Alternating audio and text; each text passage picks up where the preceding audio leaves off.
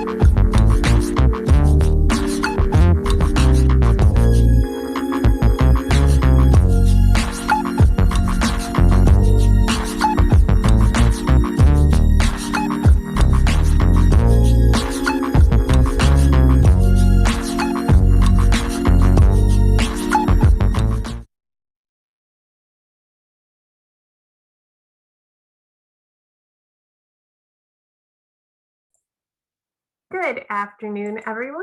Welcome to the Near West Side Partners weekly Wednesday webinar. My name is Lindsay St. Arnold Bell. I'm the Associate Director at Near West Side Partners, and I'm happy to welcome you this May 5th. We have a couple different things to share before we get into our presentation. First, happy Cinco de Mayo. Spring is definitely in the air. If you've been outside today, the sunshine is shining and the trees are blooming, and it's wonderful to see all the flowers coming up in the neighborhoods. And as part of our spring celebration and our spring cleaning, we are hosting another neighborhood cleanup this Saturday, May 8th. It's from 10 a.m. to 2 p.m. at Kilbourne and 26th Street. We're meeting there, and gloves, bags, and garbage grabbers will be provided. So we hope that if you have some free time on this Saturday, you can come out and support the neighborhood and pick up a little trash to help keep things clean.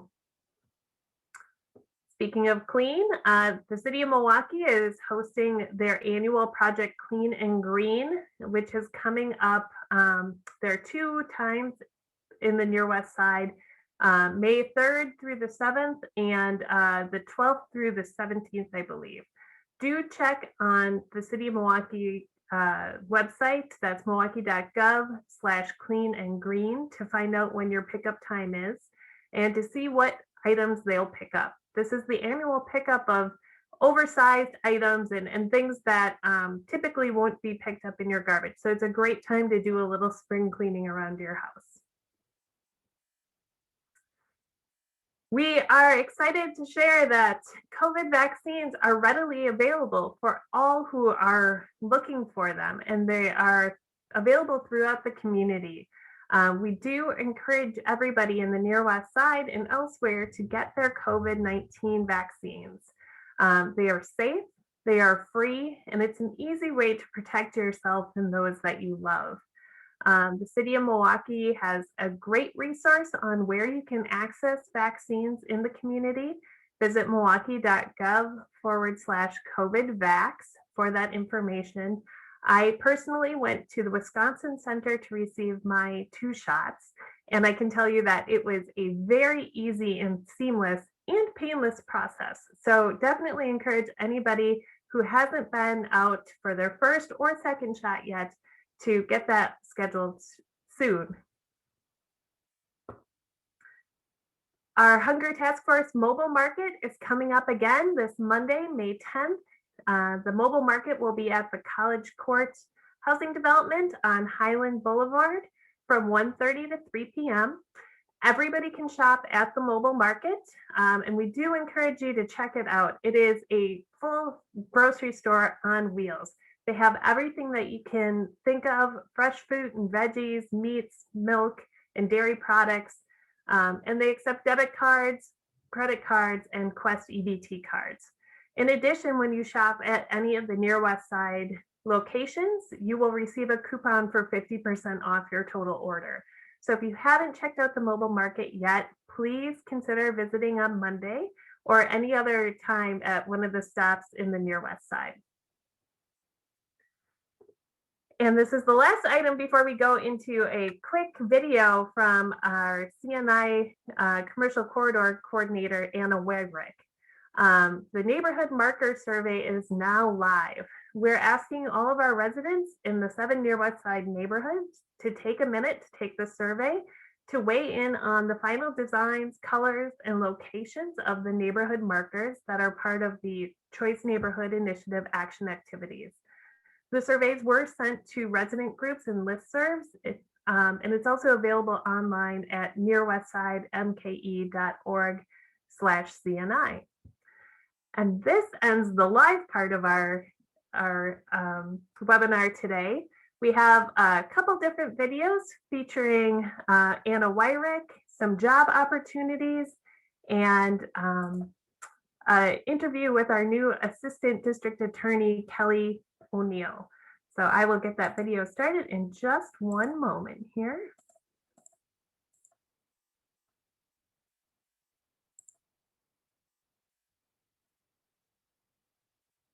Hi, my name is Anna Wyrick, and I'm the Choice Neighborhood and Commercial Corridor Development Administrator with Near West Side Partners. As a part of the Choice Neighborhood Initiative action activities, which are funded by HUD, Near West Side Partners has funding to install a neighborhood marker in each of the 7 Near West Side neighborhoods. These markers will denote the history and symbols of each of the 7 neighborhoods while also having a unifying theme throughout. Our lead artists, Andre and Brandon, have been working closely with residents over the past few months to design these markers. We have a survey out right now that we would love all of our residents to fill out to give feedback on the design, potential colors, locations, and the historical summaries that'll be a part of the markers. Please take this survey by May 20th and share it with your neighbors so that we can collect as much feedback as possible and make sure everybody really enjoys these markers that'll tell the history of the Near West Side. Thanks for joining us today. We have Doreen Schaefer from Potawatomi Bingo and Casino, who is here to tell us about some job openings down in our Menominee Valley location. Doreen? Hi, thanks for having me. So yeah, we're really excited. We have multiple job openings right now that we are hiring for. Departments that are hiring right now include food and beverage, environmental services, hotel housekeeping, the cage, which is where guests exchange money for chips or vice versa. Security is hiring. We just have a multitude of areas that have positions right now, from entry level all the way up into some leadership roles. So everything is posted on our website. So, we'd love to have, anyone you network with to be able to see our positions and hopefully apply to them. What is your website and how can people apply? Sure. Our website is paysbig.com/careers, or you can just go out to the Potawatomi website, paysbig.com. You scroll all the way to the bottom of the page. There is a link for careers. The very first box says career search, and there are 2 links in there. The very first link is what people should click on. It says start your career search, and then that will take you right out to all of our positions. Great. The casino is a hive of activity. There's always something happening between the casino and the hotel. What are some of the things that you're looking for in candidates who are applying? Yeah, that's a great question. So obviously for us, guest service is the number one thing we look for. Every one of our positions interacts with somebody, whether it being front of house and dealing with the guests or behind the scenes and dealing with team members. So guest service is really important to us. We also look to make sure that people are available for the hours that we're open. So our current hours right now are 8:30 a.m. until 4 a.m. We do a lot of our hiring on second and third shift. We're a 365-day operation, so we don't close on holidays, we don't close on the weekends. So people who have availability on holidays and on weekends should definitely apply because those are some of our busiest days. I believe it. And you are obviously an employee of Potawatomi Bingo and Casino. What do you like about working for the organization? And what do you think is a good draw for people who are thinking about it? Yeah, so there's a few things. Number one, nothing is the same here. It's always changing. So it's a very fast-paced environment.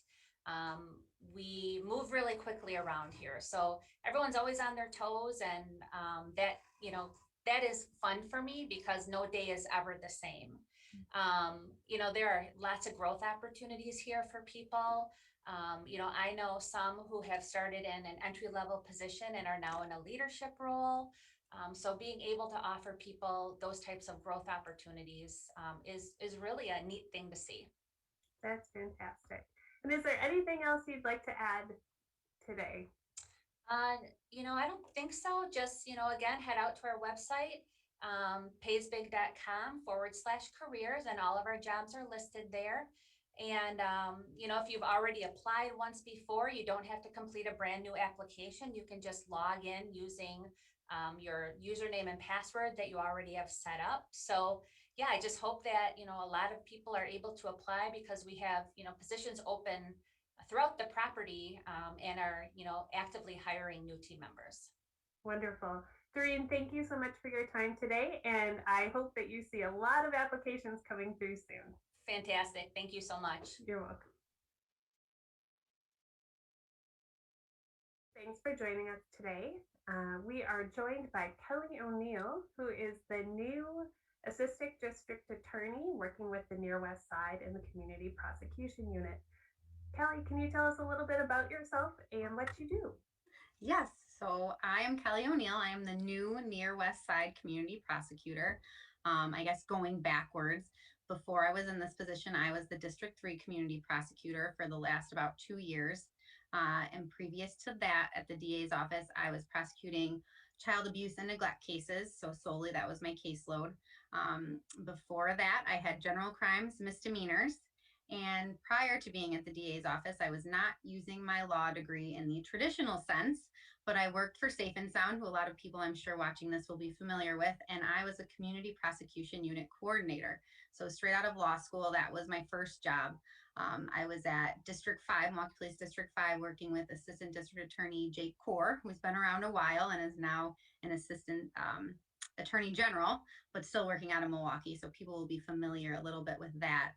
And so I got an up close look at the community prosecution model and work right from that aspect, and seeing the team dynamic and working with Jake Core, I was eventually convinced to use my law degree and come to the DA's office. And the goal is to get back to the community. And here I am.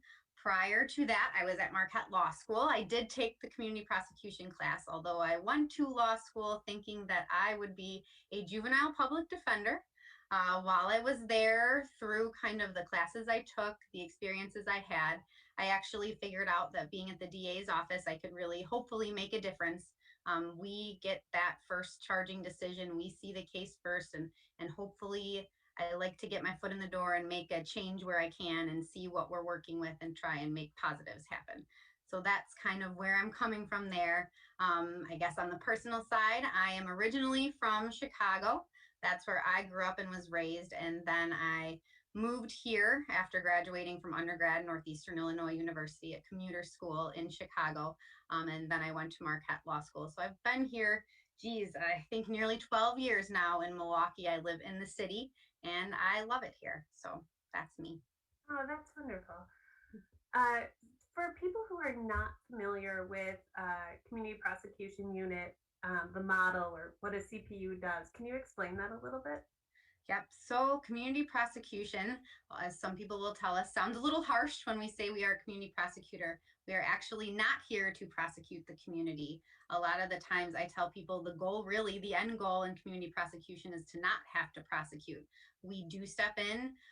We focus on, a lot of the times, problem places, problem people. So if there's a recurring issue in a neighborhood, in your community that you're seeing, and people are dialed into that and they want to see it change, that's a really great time to reach out. And then what our team is built up of is that it's a team. It's not just a prosecutor. It's not just law enforcement. It's a collaboration. So we bring together We kind of have meetings at the district regularly and in the community, but we will have MPD officers who are community liaison officers, then also just CPU officers assigned to that unit usually. Then we have a DA. At District 3, we're lucky. We have the Near West Side Community Prosecutor and a District 3 Community Prosecutor. We work with the City Attorney's Office. We work with DNS. We work with different city agencies when they're appropriate. We work with community-based organizations. And so it's bringing everyone to the table to problem solve and to see what we can do a lot of the times on the front end. If a problem is starting, how can we address that up front? How can we change a behavior? How can we change the layout of somewhere to make sure if it's a business that keeps having a problem, it's not always the business's fault, but if we can get in the door and maybe do a survey so we can do crime prevention through environmental design surveys. That's coming in, taking a look at what's going on, seeing if it's lighting that's getting in the way, seeing if it's the setup of a store that's getting in the way. Why is someplace an attractive space for criminal activity or nuisance activity? And then going from there, working as a team, bringing the different tools to the table that can help solve that problem. And a lot of it is connecting with the community, getting to know businesses, getting to know residents. In Milwaukee, you'll hear people bring up, back in the day, I knew my officers. My officers brought the cards that they handed out. And so it's really that's here, that groundwork is laid in reconnecting, making those connections so that people feel comfortable reaching out to an assistant district attorney, directly to the police department, and knowing that their issues are going to get followed up on. And a lot of it is that follow up on the back end too, making sure that if you called something in, you can reach out and find out what happened. No, you can't always get the exact details, but you can get follow up. Or if there's an issue on your block, that a lot of the times you'll see an issue with like a drug house where people in the neighborhood know something's happening. They're reporting it, but they don't see anything happening quickly. That's a good time to reach out to your CPU because they may be able to say, we've got your information, we're looking into it. Or they might be able to say, hey, we need more if you can tell us what you're seeing. Or we can educate on how to call, when to call, what you should be calling in. And that helps because a lot of the times everyone's not sure. People err on the side of caution, or they don't want to be bothering the police with things they don't think are police issues or law enforcement issues. And it's just making those connections so you're comfortable asking or reaching out, and then us following up on that back end and making sure that there is a marked improvement, hopefully. Yeah. You touched on something so important that I think it would be great to talk about generally here, at least, is, when should people interact with the community prosecution unit? How should they do it? And, what are the things that they should be alerting you to? So there are a lot of different times to connect with the CPU. If you're a neighborhood group and you're wanting to just start a block watch or start a group that's going to be connected in the neighborhood, you can always reach out to your community prosecution unit and say, hey, either we'd like to have a CLO kind of involved, or we'd like to register as a block watch. That's a good touch point too, where it's not anything you're reporting, it's just you're starting to organize and you want to kind of connect. Then there comes a time when if you're seeing something, but it's not rising to the level of an emergency, because you always want to call 911 if there's an emergency. If you even think it's at that point of an emergency, call it in. What you can do if you see an emergency, but it's something that is built into a different problem or an ongoing problem.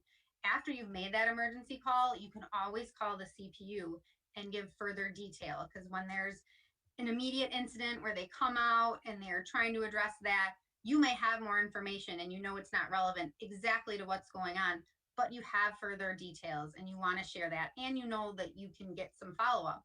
Reach out to the community prosecution unit. You can call the District 3 Community Prosecution Unit, has their own phone line. They have a number, and that's 935-7972. They also have a dedicated email, and it's very cool because it goes to the whole team. So you will always get a response from them, and it goes to the officers that are all assigned to that team. So that's mpd3@milwaukee.gov. So mpd3, really simple, @milwaukee.gov. And then that phone number again is 935-7972. Now, I also have an office at the district, and sometimes people either aren't as comfortable speaking with officers. I'm fine with people calling and touching base with me. They can also, if they have an issue that they just kind of want to start talking about, see if they need to be pointed in the right direction, I'm comfortable with people calling and talking to me about that. I have a cell phone that's 414-232.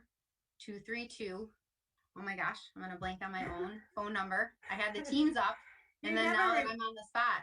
Yeah, it's very rare that you ever call yourself.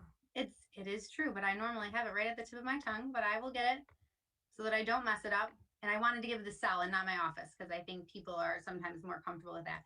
232-5859. So 414-232-5859. And that is my cell phone. And they can always reach out to me, and you can use it as a touching point. It's also kind of a confusing time with the court system and COVID. Mhm. It's probably a good time to mention that. People who have been victims of crime, people who know of incidents that they hear have been charged. A lot of times right now, not everything is in CCAP. In Milwaukee, people are really good at checking CCAP and knowing to follow up, but everything's not there right now. So if you were interacting with an officer or the DA's office and you knew a case was charged or you were told that, and then you don't see it in CCAP, you can always call me and check in, because a lot of times what's happening is cases are getting charged, but because of the backlog and with COVID, nothing going through super quickly, you won't see it in CCAP right away. So if you'd like an update or you wanted to check in, you can call me. I can also connect people to a victim witness advocate with the DA's office. But I think that is important to touch on. I know people have called the district and said, hey, I was the victim of a crime. I got told a case was charged, and then I don't see it in CCAP. So they feel like they either were given misinformation or nothing was done. Things are being done. It's just kind of a slow process currently. Yeah, COVID has changed so many things in our life, and you know, we these processes that we've taken for granted in the past can sometimes take a little while to catch up. So, Lindsay, I'm going to jump in. okay. I did notice some other things. I could have given better examples also when people can call.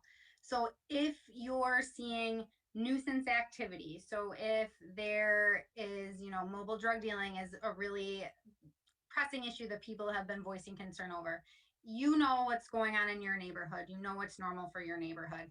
And a lot of times people may not feel comfortable calling 911 because it's just something that's off, but it's not an emergency and it's not something they want an emergency response to. You can call the CPU to kind of relay that information, vet that information. If you're seeing what you think is starting to be a problem, let them know. Our team we meet regularly where we talk about everyone who's getting information from different places. So DNS will come in and say, hey, I was out inspecting a property, but the neighbors told me this is going on. Or an officer will come to me and say, hey, we've got this report of information. We haven't gotten enough to verify yet, but we're looking at it. What can we do as a team? So it's always great to reach out if you think there's an issue, if you're starting to see something happening that you know isn't an emergency, but you want to see something done or you want to make sure the information is relayed. That's also a good time to reach out. Are there any details that people should be taking note of as they're seeing these things? That is a great question. As much detail as possible. We always tell people to stay safe, so you don't need to go out and confront people.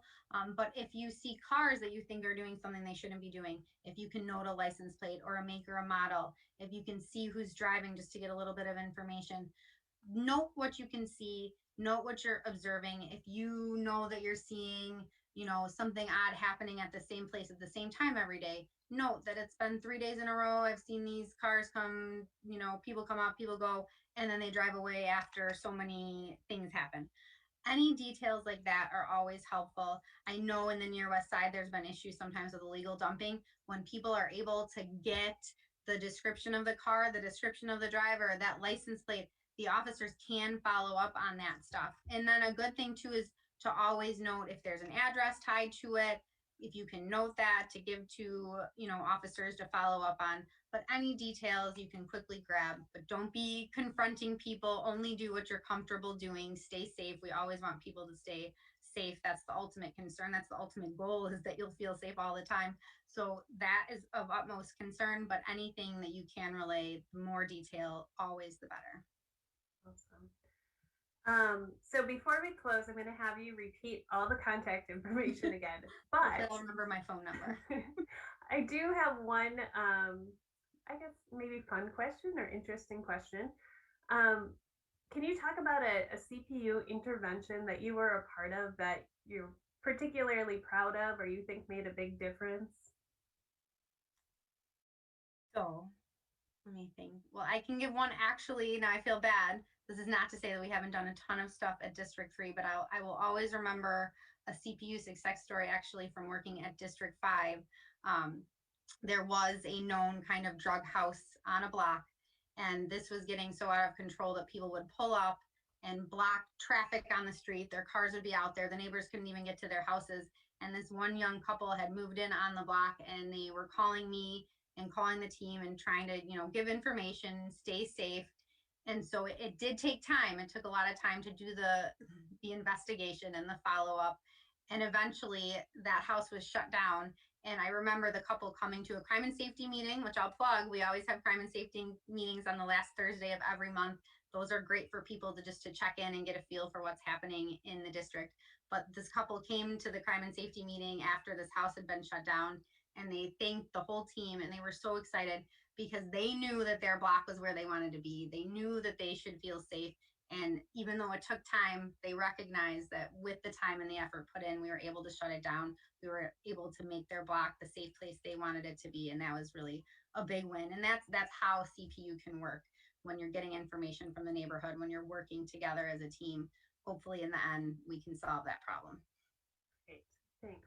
So again, how can neighbors connect with you and with the CPU team? So my cell phone number is 414-232-5859. That's 414-232-5859. You can email. My email is Kelly, Kelly, .O'Neill, ONEILL, @da.wi.gov. And then for the District 3 Community Prosecution Unit, the phone number is 935-7972. That's 935-7972. And their email that goes to all the officers on the team is mpd3@milwaukee.gov. That's mpd3@milwaukee.gov. And they are always monitoring that. Even when I email them at that email, they get right back to me. So that's a really good starting point. But you can always call us if you ever send something and you don't get the response you're hoping for or a quick response. Just reach out. We will make sure that we circle back to you. And this is a great position. The Near West Side is especially unique because we have so many people that are already invested and want to work together to improve their area that I'm excited. I want to hit the ground running. Well, we are so happy to have you on board and working in the Near West Side. I know that there's a lot of good to be done, and we're going to get to do it together. So thank you, Kelly, so much. In addition to what Kelly shared here today, we'll also have those numbers and email addresses available on the Near West Side Partners website, along with hotspot forms for those of you who would like to complete those. The website is www.nearwestsidemke.org. Thanks again and have a great day.